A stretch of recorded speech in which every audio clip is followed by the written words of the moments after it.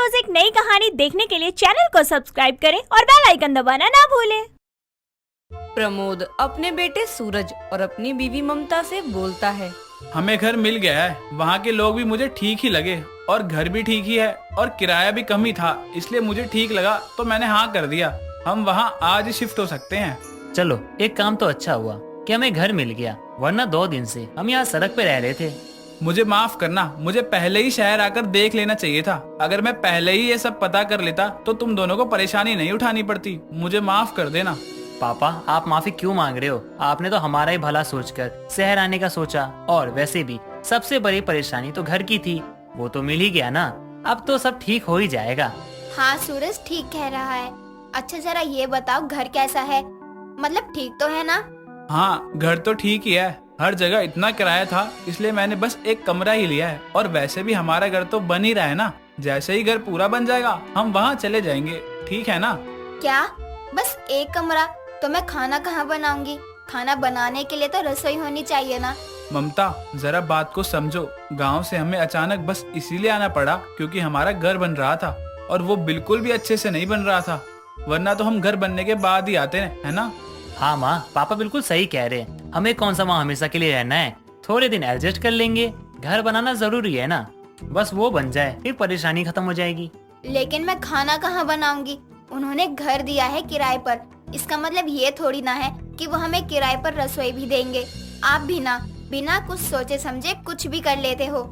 ये घर हमारे घर के सबसे ज्यादा पास है, इसलिए मुझे ठीक लगा। और वैसे भी जिनसे मैंने कमरा किराए पर लिया है वो भी वही रहते हैं। नीचे उनका घर है, ऊपर वाला कमरा हमारा है। वहाँ कोई रसोई थी ही नहीं, इसलिए मैं क्या करता, बिना रसोई के ही मैंने कमरा ले लिया।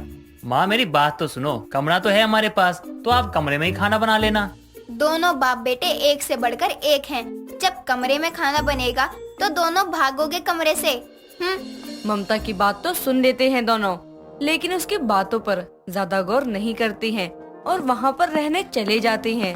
2 दिन तो ममता कमरे में ही खाना बनाती है, लेकिन जब सूरज और प्रमोद को कमरे में खाना बनाने से परेशानी होती है तो वो भी ममता की बात को समझते हैं।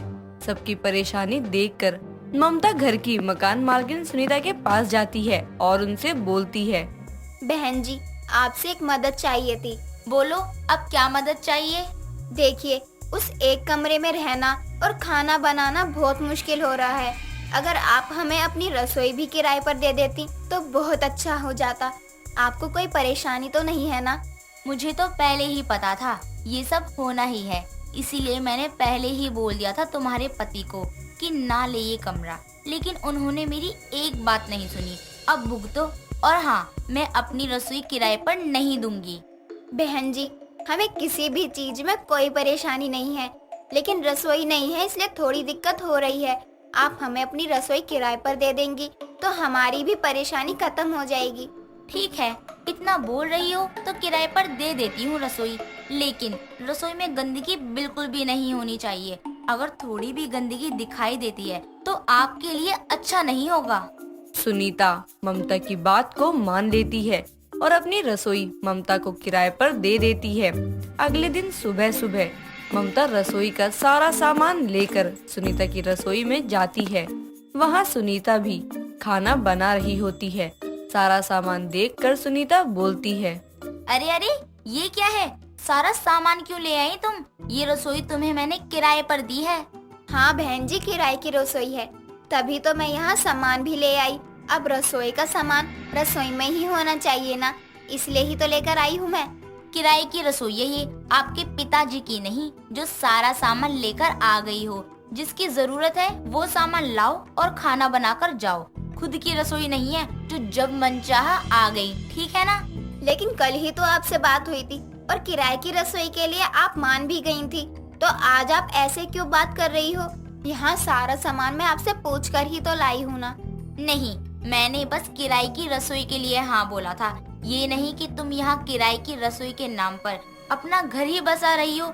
जाओ यहाँ से, पहले मैं खाना बना लूंगी, फिर तुम खाना बना लेना। और हाँ, खाना बनाने के बाद पूरी रसोई को भी अच्छे से साफ करना है तुम्हें, ठीक है ना? ठीक है, लेकिन आप थोड़ा जल्दी खाना बना लेना, क्योंकि सूरज को थोड़ा काम है बाहर, इसलिए उसे जाना है। और अब उसे ऐसे भूखे पेट तो भेज नहीं सकती ना। इसलिए। तुम्हारे बोलने से नहीं होगा यहाँ। जब मेरा खाना बन जाएगा तो बता दूंगी मैं, तभी आना। ये तुम्हारी किराए की रसोई है तो तुम इस पर ज्यादा हक मत जताओ। सुनीता की बात ममता को तो बुरी लगती है, लेकिन मजबूरी में ममता को सुनीता की बात से सहमत होना ही पड़ रहा था और वो सुनीता की बात मान लेती है। जब सुनीता रसोई से बाहर जाती है, उसके बाद ही वहाँ जाकर ममता खाना बनाती है। ऐसा कई दिनों तक चलता रहता है और किराए की रसोई में खाना बनाना ममता के लिए दिन प्रतिदिन और भी मुश्किल होता जा रहा था। ऐसे ही कुछ दिनों बाद जल्दबाजी में ममता खाना बनाने के बाद रसोई को बिना साफ किए ही वहाँ से चली जाती है। बाद में जब वहाँ सुनीता आती है और ऐसे बिखरी हुई रसोई देखती है तो ममता के पास जाती है और बोलती है, ममता, तेरी रसोई किराए की थी, लेकिन तुझे पता है ना मैंने तुझे रसोई किराए पर क्यों दी थी? हाँ पता है, आपने मेरे बोलने पर ही मुझे किराए पर रसोई दी थी। लेकिन आप ऐसे अचानक से क्यों पूछ रही हो? क्या हो गया ऐसा भी? हुआ ये है कि तू रसोई को गंदा ही छोड़कर आ गई है। तुझे मैंने बोला था ना, किराए की ही भले, लेकिन रसोई तो तेरी ही है। साफ करना तेरा फर्ज बनता है ना, तो साफ क्यों नहीं किया तूने?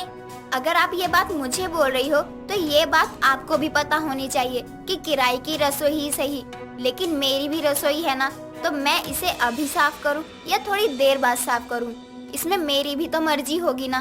अच्छा, अब तू मुझे तेवर भी दिखा रही है। ये तेवर तब कहाँ गए थे जब तू मुझे रसोई किराए पर लेने आई थी। तब तो बड़ी मिन्नत कर रही थी कि रसोई किराए पर दे दो, और जब मिल गई तो ठाट भी चाहिए। देखिए, अब ना आपका ज्यादा हो रहा है। मैं रोज ही रसोई को साफ कर देती हूँ, लेकिन आज मुझे कुछ काम था इसलिए मैं नहीं कर पाई। तो आप मुझे इतना क्यों सुना रही हो? आप खुद ही क्यों नहीं कर देती? आपकी भी तो रसोई है ना, तो खुद ही कर लो साफ, अपना टाइम भी बच जाएगा।